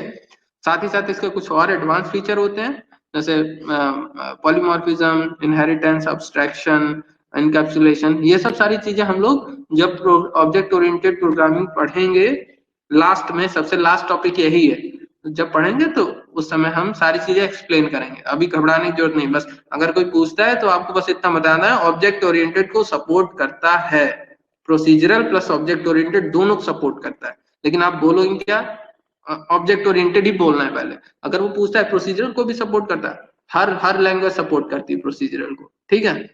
तो ये नहीं बोलना कि प्रोसीजरल को नहीं सपोर्ट करता है, प्रोसीजरल तो हर एक लैंग्वेज है, लेकिन ऑब्जेक्ट ओरिएंटेड कुछ लैंग्वेज है, ठीक है। नेक्स्ट है high level programming. High level का मतलब आपको पता है, जो हमें समझ में आती है हाई लेवल है, जो मशीन समझ में आती है लो लेवल। तो पाइथन भी एक हाई लेवल प्रोग्रामिंग लैंग्वेज है, इसलिए इसमें कोड लिखना आसान होता है, ठीक है। Okay sir. और कोई कंफ्यूजन किसी को? सर इसका लास्ट क्लास, सर इसका पीपीटी कहाँ है? पीपीटी अभी नहीं मिलेगा, मैंने बताया था क्लास में, लास्ट क्लास में बताया था कि सब पहले आपको कॉपी पेन पे सब सारी चीजें लिखनी पड़ेगी। ये पीपीटी जब क्लास खत्म होगी उस समय आपको पीपीटी भी मिलेगी, पाइथन के इंटरव्यू क्वेश्चन भी मिलेंगे, सब मिलेगा, मटेरियल सब मिलेगा। बट अभी क्योंकि आप लोग पढ़ रहे हो, खुद से आदत डालो चीजों को अपने से नोट्स बनाने की, मिलेगा पीपीटी, सबको मिलेगा, ठीक है। तो घबराने की जरूरत नहीं है, बस अभी इतना याद रखो कि हम जो भी कुछ बोल रहे हैं उसको अपने शब्दों में लिखते जाओ कॉपी पे। जो चीज हमें लग रहा है कि हाँ ये चीज हम भूल जाएंगे, उसको जल्दी से चाहे हिंदी में चाहे इंग्लिश में लिख लो अपनी कॉपी पे। ठीक है, ताकि आगे कभी भी नोट्स पढ़ो तो चीजें याद आ जाए। ठीक है ना? और किसी को कुछ पूछना है? सर ऐसे ही हम लोग इतना मूवमेंट जल्दी नहीं लिख पाते हैं। एक एक करके। हाँ बोलिए नितेश, नीतीश। सर इतना सर जल्दी बहुत नहीं लिख पाते हैं आप जो बोलते हैं सर। क्या नहीं करते हैं? रुचि, रुचि क्या बोल रही हैं आप? सर आप जो बताते हैं इतना जल्दी लिख नहीं पाते हैं, बहुत सारे फीचर्स दिए होते हैं तो। अच्छा ठीक है, एक काम करा करिए, अगर ऐसा है तो स्क्रीनशॉट लेना आता है आप लोग को? Yes sir. हेलो, ठीक है, पीपीटी मिलेगी सर लास्ट में, थोड़ा घबराने थोड़ा ही बताइए, लेकिन उसके बारे में तो लिखवा दीजिए ना अच्छा से। खुद से लिखेंगे लेकिन। अच्छा इस बारे में भी बात कर लेते हैं, ये बात मैं खुद कहना चाह रहा था। ठीक है, अभी तो आप लोग की आदत पड़ी हुई है स्कूल की कि डिक्टेशन होगा, लोग लिखेंगे तब जाके वो होगा, है ना? आप लोग को अभी ये लग रहा है, लेकिन जैसे ही आप इंडस्ट्री में जाओगे, इंडस्ट्री में सिर्फ और सिर्फ एक लाइन में बोल दिया जाएगा, उसके बाद दोबारा से रिपीट भी नहीं किया जाएगा। तो आप लोग ये आदत डालना आप शुरू करिए कि जो चीजें बताई जा रही हैं उसको आप खुद से नोट करिए। इंडस्ट्री में तो वो दोबारा से बताते भी नहीं कि क्या करना है क्या नहीं करना है, आपको ही एक्सप्लोर करना पड़ेगा सारी चीजों को। तो वो चीज आदत आपको अभी से डालनी पड़ेगी। आप ये तो मैं तब भी पीपीटी बता भी दे रहा हूँ, अब कभी आप कॉलेजेस में जाएंगे एडमिशन लेंगे तो वहां आते हैं बस एक कहानी सुना के चले जाते हैं, कुछ नहीं दिखाते हैं, कुछ नहीं। और वो तो छोड़िए, अगर कोई आ गया कर दिया ये बहुत बड़ी बात है। क्लासेस नहीं चलती हैं बिल्कुल भी, सब चीजें खुद ही करना होता है। फिलहाल मैं इस बारे में मत सोचिएगा आपको कुछ नहीं मिलेगा, सारी चीज मैं बोल रहा हूँ इंटरव्यू इस पूरे जितना कुछ मैं पढ़ाने वाला हूँ सारा नोट्स मिलेगा, नोट्स मिलेगा बकायदा, नोट्स मिलेगा, इंटरव्यू क्वेश्चन मिलेंगे, ये पीपीटी मिलेगा, सब मिलेगा। लेकिन हम इसलिए कह रहे हैं कि जो चीज हमें बता, तुम लोग बोल दिया करो 5 मिनट से रुक जाइए हम लोग लिख लें, हम रुक जाएंगे, लेकिन अभी खुद से लिखो, खुद से करो। ये प्रैक्टिस तुम लोग को अभी से डालनी पड़ेगी अगर इंडस्ट्री में काम करना है तो, अदरवाइज नहीं हो पाएगा। ठीक है, तो थोड़ा थोड़ा अपने आप लिखो, जहां नहीं समझ में आता है पूछो, अगर लग रहा है कि अब ये चीज लिख लेनी चाहिए बोल दो, हम पॉज करेंगे 2 मिनट फिर कंटिन्यू करेंगे। ठीक है ना? और बहुत ज्यादा अगर दिक्कत हो रही तो जैसे आज पढ़ाई हमने चीजें, तो आज का हम पीपीटी भेज दिया करेंगे, इतना करेंगे। ठीक है, आज जैसे कोई चीज हमने पढ़ाई तो उतना भर का पीपीटी हम भेज दिया करेंगे। ठीक है? जी सर। हाँ हाँ नीतीश बोलो।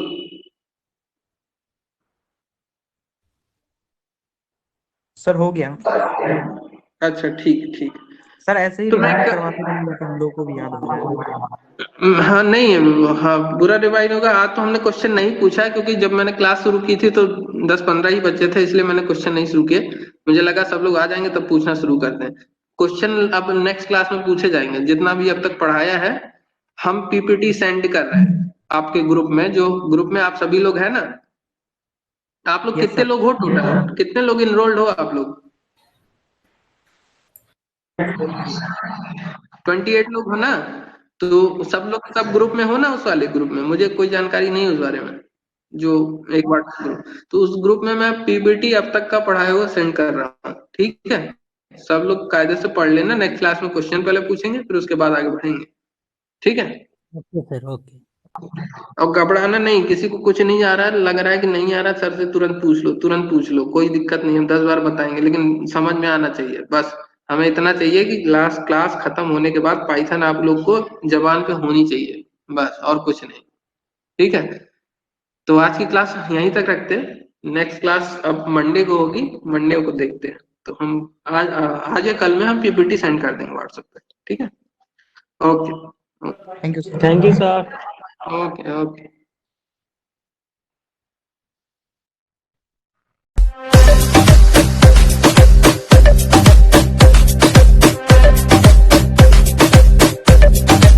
like, comment.